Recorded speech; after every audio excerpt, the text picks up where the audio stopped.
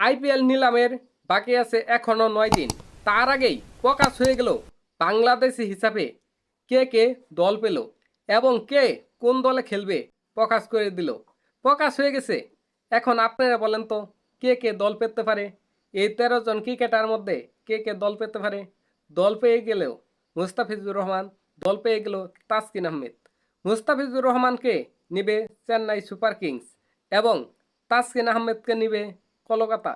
কলকাতা তাদের সংক্ষিপ্ত লিস্ট প্রকাশ করেছে, সেখানে দেখা যাচ্ছে তাসকিনের নাম, অর্থাৎ তাসকিনকে তারা কিনবে। তাসকিন এবার আইপিএল খেলবে। কি ভাগ্য, কি দুর্দান্ত তাসকিন! যেমন তাসকিন ভালো খেলতেছে, তেমন তাসকিন তার কর্মফল পেয়ে গেল, আইপিএলে খেলার সুযোগ পেয়ে গেল। প্লিজ বায়ু বন্ধুরা, যদি ভিডিওটা একটু ভালো লাগে তাহলে চ্যানেলটা সাবস্ক্রাইব করে দেন, প্লিজ সাবস্ক্রাইব করে দেন।